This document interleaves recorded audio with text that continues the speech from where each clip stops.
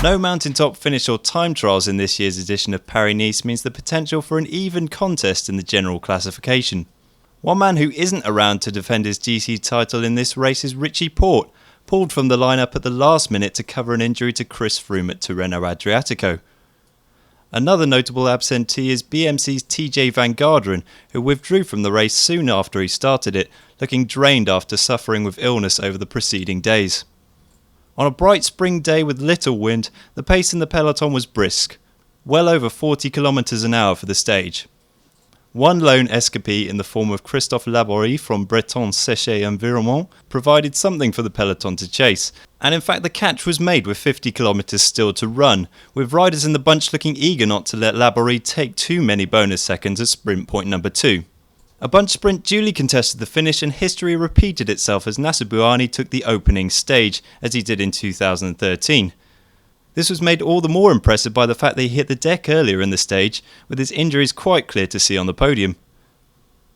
John Degenkolb and Gianni Meersman claimed second and third respectively.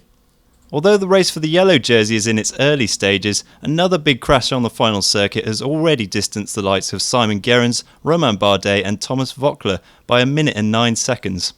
Stage 2 from Rambouillet to Saint-Georges-sur-Beauche looked to be another sprinter's day, with just one third category climb to negotiate.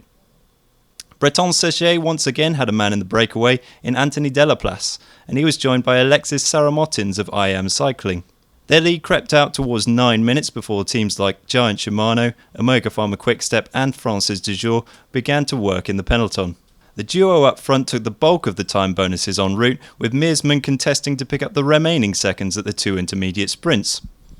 But despite his efforts, it wasn't to be the Dutchman's day. Meersman got caught up in a crash at the back of the peloton with 10 kilometres to go, with Edvald Bosenhagen and Tyler Farrar among the other high-profile casualties.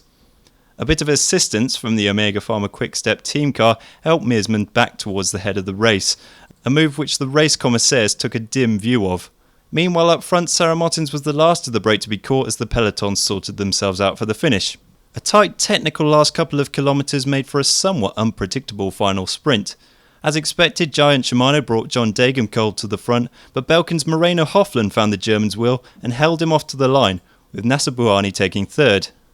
The stage finish saw just 15 riders in the front group, with the majority of riders losing contact on the run-in and losing between 5 and 18 seconds. Meersman was consequently given a time penalty of 1 minute and 10 seconds for some very noticeable drafting behind the team car to try and return to the bunch. In the GC, Bouhanni holds onto the yellow jersey for another day, with Degenkolb in second and Hofland now third.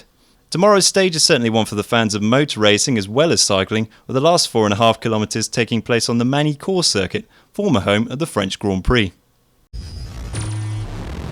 GCN is the place to be on YouTube for top 10 cycling videos.